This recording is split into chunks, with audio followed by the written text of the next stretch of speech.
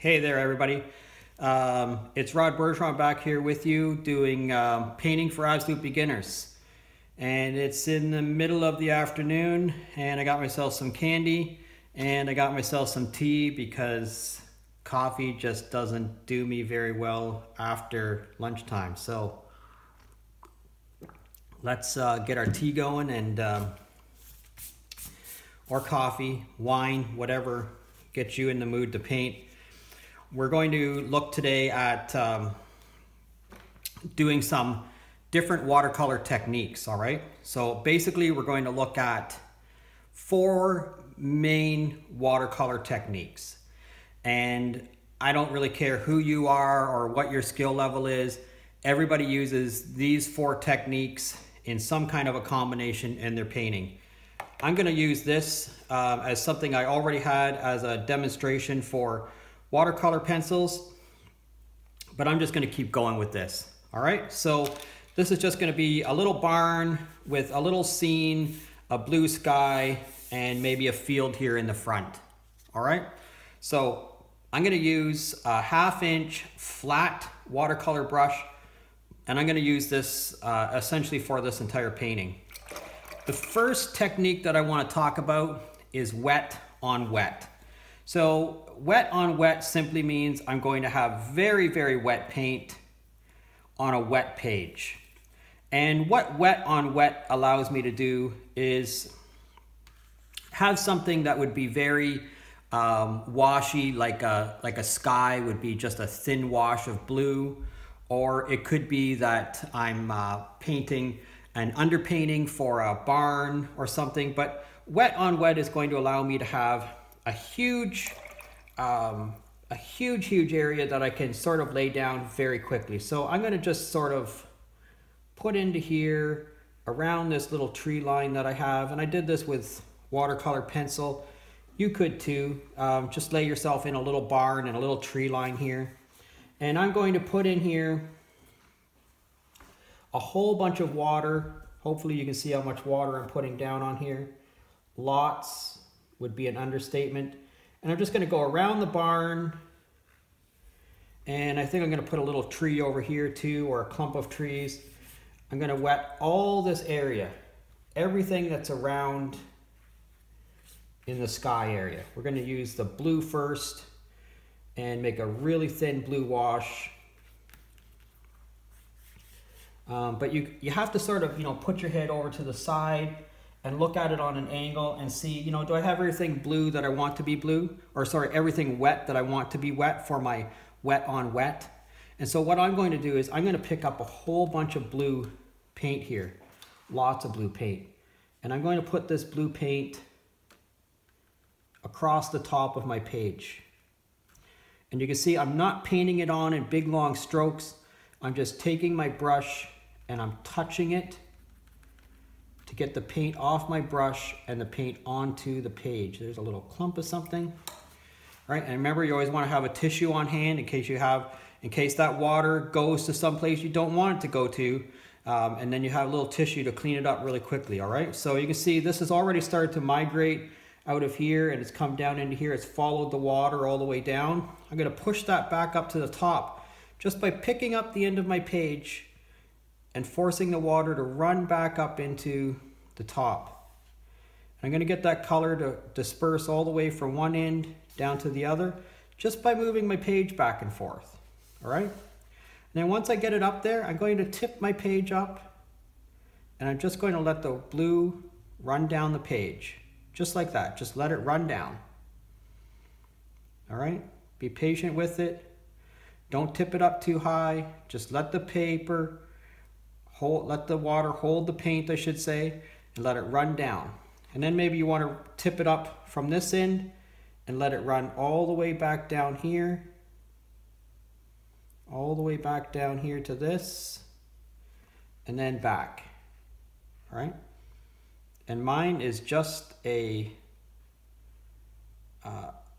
demonstration of how it is that you do this. You may have a completely different idea. Now you can see I haven't got it wet all the way down to the top of the barn, and I actually want it wet all the way down there. So I'm going to take my brush, which is again still wet, and I'm going to drag it along there where I want it to get wet. All right, and I'm going to put that all in everywhere that I want to be wet. And now that blue will come right down to the top of that barn. And we're going to just let it, you know, I have a barn, but maybe yours is an apartment building. Maybe yours, the thing that you want to put in your painting is, you know, someplace that you work or someplace that you like to go, a park or whatever it could be. Yours doesn't have to be a barn. If you want to follow along with me, that's perfectly fine. But remember, this technique is wet on wet, and you can see how wet the page is, all right? Very, very, very wet. So we're going to do a different technique now. We're going to do wet on dry, all right? So in this case, I'm going to paint, so I'm not going to try to touch any of this right now, because if I do, the paint, if I put more wet paint on here, it's just going to bleed into that blue, and I want the blue sky to be the blue sky, all right? So I'm going to take my brush that is very, very wet, and I'm going to put it into some of this, which is, I believe this is sienna, which is a golden kind of a color, like a golden kind of a brown.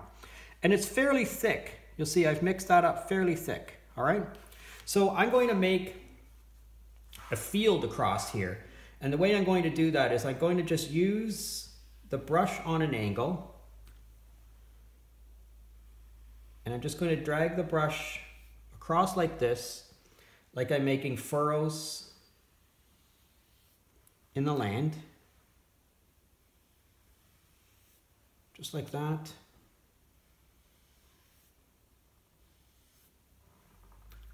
And you'll see a couple of my furrows here. I'm going to mix up some more of that. I kind of ran out. Again, this is wet on dry. So this is very wet paint on a dry page. Wet on dry. All right? All right, so you'll see here, I have quite a bit of paint in some of these furrows. So you could actually tip your page, let your paint run down through the furrow if you wanted, down to the end, and then tip it back up. And you'll see I'm moving the blue at the same time. So the blue in the sky is moving around at the same time. Now, if you didn't want that to happen, you would just dry the blue paint before you start to do the furrows down here, all right? But that is moving around there pretty nicely, you see that? So at this point, if you wanted to go and grab your hair dryer and just give this a really quick dry, if you wanted the blue to be mostly blue at the top here, you would just lean it like this so that the blue would all run down here and you would get darker blue across there, or you might want to be darker blue across the bottom on the horizon line down here. All right. I'm going to move mine around quite a bit here. Get that blue going around. I kind of like that. And I kind of like what's going on down here. So maybe I'm just going to leave that for a minute and come back to it. Dry this up however it is that you want to get it dried up. But essentially, we've done two techniques so far, wet on wet and wet on dry. Okay? So have a quick dry of this and come right back.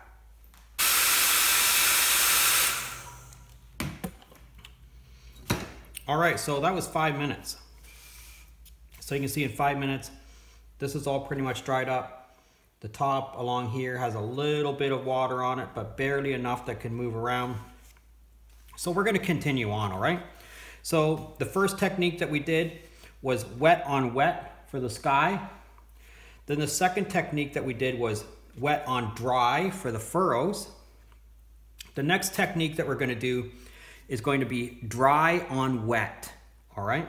So essentially what we're gonna do is we're going to mix up a little bit of brown here, all right? So the technique that we're going to do is dry on wet, all right? So when we talk about dry paint, there's no such thing as dry watercolor paint, all right? It just doesn't happen. Watercolor paint has to have some amount of moisture in it. But what we're talking about is paint that we have a little wee tiny bit of water on a brush, and we pick up the paint and we very, very dryly, and we put it into an area that's wet. So for me, I'm going to take this 1/2 inch brush again, and I'm going to put in some brown furrows on this page. So I was using sienna before. This time I'm going to use brown. This is just a regular brown.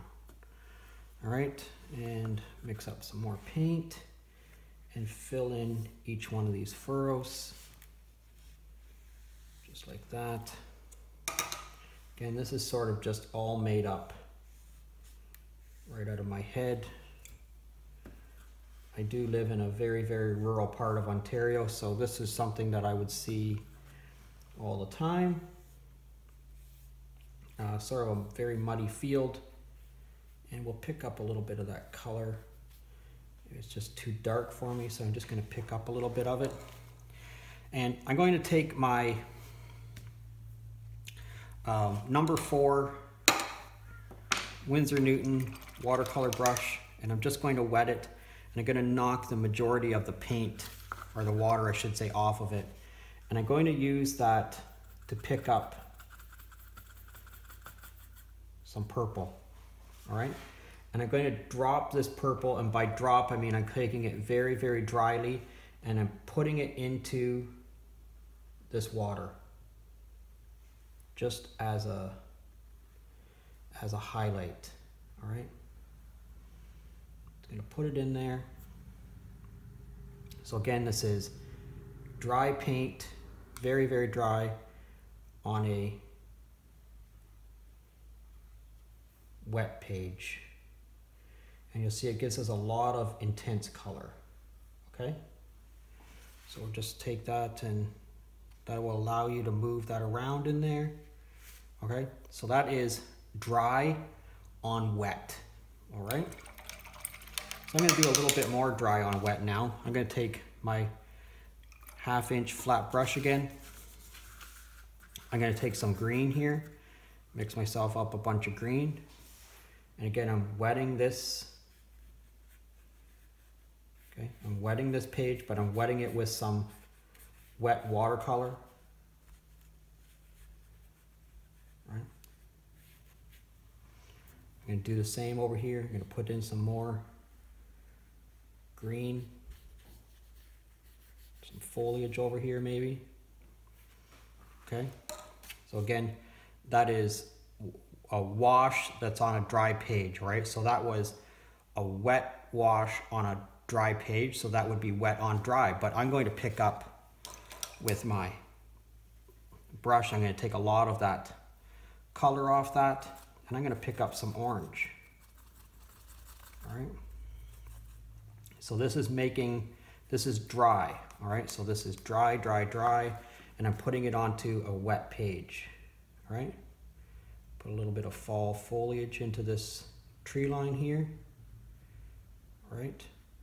Dry, going on to the wet, right?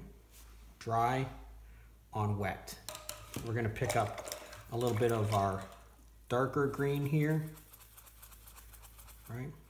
This is phthalo green, I believe, or yeah. So I'm gonna pick that up. I'm gonna put that into here. So again, this is wet on dry, all right? This is a very wet wash onto a very dry page, okay? Wet on dry, all right? Now, how about our barn? Somebody's gonna say, what about the barn, Rod? I'm gonna leave the barn to last, and I'm gonna take some of my brown. And so this is, again, this is wet on dry, right? Wet on dry.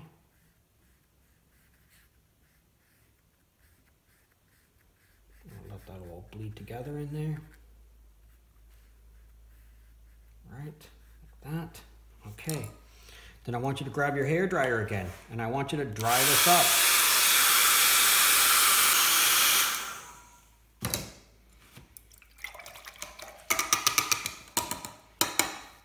All right, so that was just a couple of minutes. We're gonna look at doing some dry on dry now, okay? So I have a paintbrush here. I cleaned it off in the water. I've knocked most of the water off of this paintbrush, all right? So dry on dry is essentially, I'm going to take a very, very dry brush and touch it to dry paint, and you'll see I'm still able to pick up quite a bit of paint here. But what I'm going to do is I'm going to put this dry paint onto a dry page, all right? And you'll see it's fairly difficult to pick up any amount of color, but it is possible, all right? So I'm going to make this roof of this barn. Still haven't picked up any water yet. I'm just using it very, very dry. Just going to keep moving over the roof of this barn. I'm going to keep picking up some more paint. Now you go through a lot of paint doing dry on dry, all right? I'm going to start pulling this down a little bit here. And I'm going to just clean out my brush. Knock the majority of the water off of it. I'm going to pick up a little bit of brown here, all right? And for the brown, I'm just going to do this under the edge here as a, there's a shadow underneath this roof, or maybe you can use this dry on dry technique for laying in your barn door. You know, you have a barn door here. You see I still haven't picked up any water. Picking it up. It's very, very thick now.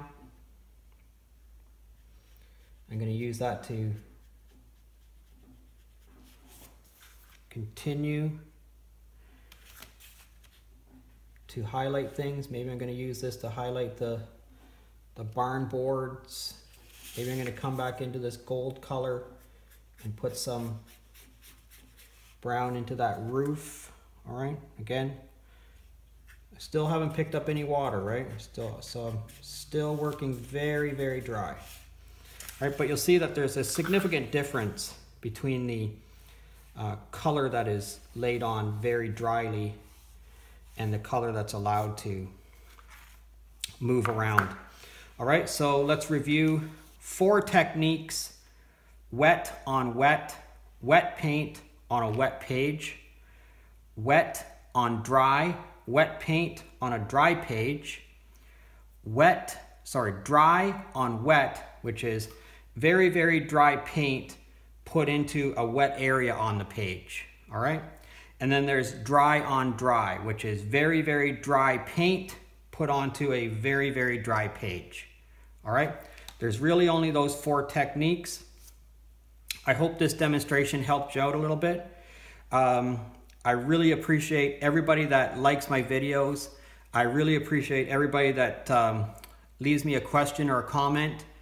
And if you're not currently a subscriber, please subscribe to my channel. Again, this has been Rod Bergeron. We're doing painting for absolute beginners. I hope you come back and see us again. Thanks.